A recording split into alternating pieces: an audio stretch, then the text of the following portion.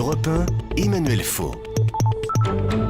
Bonsoir Jean Jouzel. Bonsoir Emmanuel Faux. On ne présente plus le grand climatologue que vous êtes, également membre du GIEC, le groupe d'experts qui prépare notamment les grands sommets climatiques mondiaux. Et c'est à ce titre d'ailleurs que vous êtes co-lauréat du prix Nobel de la paix 2007 qui avait été remis à Al Gore.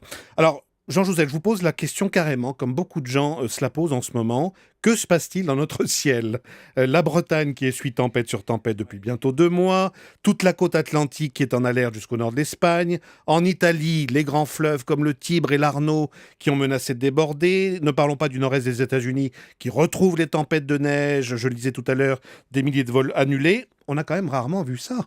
Oui, c'est vrai qu'on a rarement vu ce contraste entre les États-Unis très froid, vraiment très froid, et puis je dirais l'Europe de l'Ouest, en tout cas vous avez cité l'Italie, la France, toute la façade ouest en tout cas relativement clémente, très clémente. Le mois de janvier a été le plus chaud qu'on ait connu pratiquement depuis 150 ans.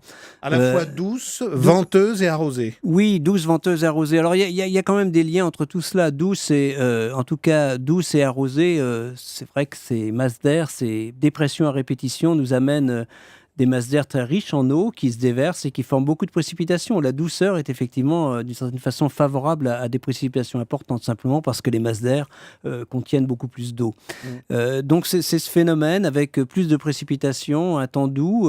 C'est vrai qu'on n'est peut-être pas habitué à... Mais c'est quand même pas un hiver exceptionnel, en tout cas on ne le sait pas encore. Alors, je vous soumets une hypothèse, parce que certains météorologues qu'on interroge depuis plusieurs jours désignent un coupable principal de ces intempéries, c'est l'anticyclone des Açores, qui ne remplirait plus son rôle d'amortisseur, Voilà, de stabilisateur, je ne sais pas comment il faut dire. Ça vous paraît plausible ? Oui, mais il faut aussi regarder, bien sûr, oui, l'anticyclone des Açores ne joue pas son rôle, ne nous amène pas ces hivers, disons, froids et secs, que peut-être on peut aussi apprécier. Mais il faut surtout quand même comprendre que c'est assez normal que les hivers ne se ressemblent pas. On était habitué, effectivement, depuis 3 ou 4 hivers, à des hivers assez rigoureux. Hein, c'était le cas jusqu'au mois de mai. Enfin, l'hiver était très long l'hiver dernier. Là, on retombe dans des hivers, disons, plus cléments, mais c'est peut-être ce type d'hiver vers lequel on va plutôt, plus généralement. Les hivers, quand même, en moyenne, se réchauffent. En moyenne, je dirais, sur les 50 dernières années. Mais mes hivers de jeunesse, du côté de la Bretagne, c'était 54, les hivers 54 ou les hivers 62-63, c'était vraiment 0 degré. C'était très rigoureux. Ouais, très, très rigoureux. Ça n'a plus rien à voir. Alors, à l'appui de ce que vous dites, il y a d'ailleurs ce qu'on a appris aujourd'hui, confirmé par Météo France, que le mois de janvier 2014 en France aurait été le plus doux depuis 1900, ex aequo avec 1936 et 1988. Voilà, oui. 3 degrés plus chaud, et c'est vraiment quelque chose d'impressionnant. Et on voit bien aussi que, bon, quand on regarde le mois de février, on sait déjà pratiquement que, disons, la première moitié de février, on voit bien que les 8 prochains jours, quand on écoute les prévisionnistes, seront probablement aussi assez doux. Donc, je ne dis pas du tout qu'on n'ira pas d'hiver, on ne peut pas encore le dire, mais on ira un hiver certainement très doux.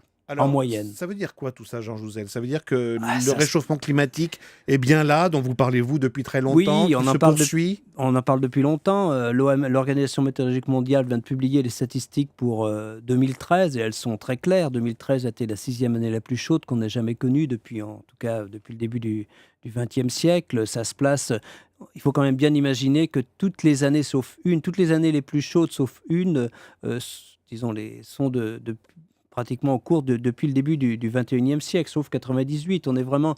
Alors, c'est vrai qu'à l'intérieur, il y a, disons, un ralentissement si on regarde à l'intérieur des 10 dernières années, mais toutes les années sont chaudes. Et en plus, nous avons aussi ces phénomènes comme l'élévation du niveau de la mer qui témoignent du réchauffement climatique, la diminution des surfaces enneigées ou glacées.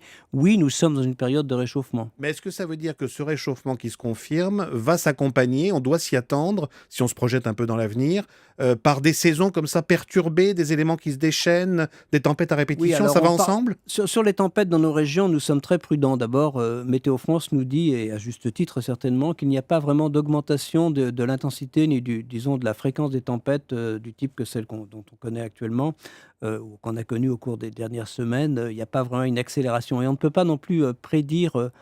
On n'envisage pas non plus forcément une accélération ou une intensification de ces tempêtes dans nos régions. Par contre... Les Bretons ont l'impression de ne faire que ça depuis 2 mois quand même. Oui, mais ce n'était pas vrai l'an dernier. Il y aura, bien sûr, je suis bien d'accord. Et c'est vraiment avec cette conjonction de grandes marées et de tempêtes importantes, d'hivers très cléments, très doux.